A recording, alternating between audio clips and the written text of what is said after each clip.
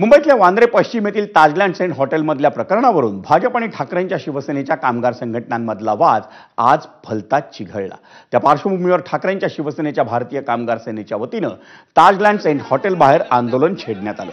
भारतीय कामगार सेनेला संलग्न कामगारांना फसवून अखिल भारतीय कामगार कर्मचारी संघ या भाजप प्रणित संघटनेत सामील करण्यात येत असल्याचा आरोप ठाकरेंच्या शिवसेनेकडून करण्यात आला।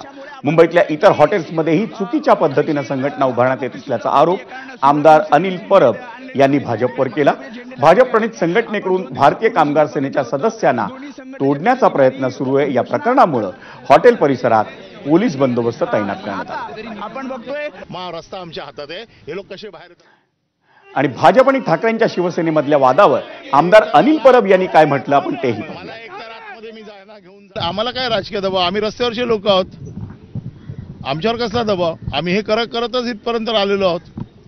हे काही युनियनचं प्रकरण आमच्यासाठी काही नवीन गोष्ट नाहीये आणि त्याच्यामुळे अशा प्रकारच्या दबावाला काय आम्ही बळी पडणार नाही।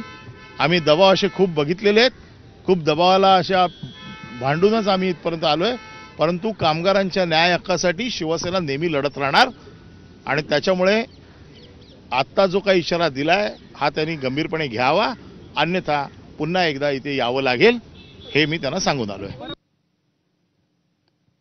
राज्याचे वनमंत्री आणि पालघर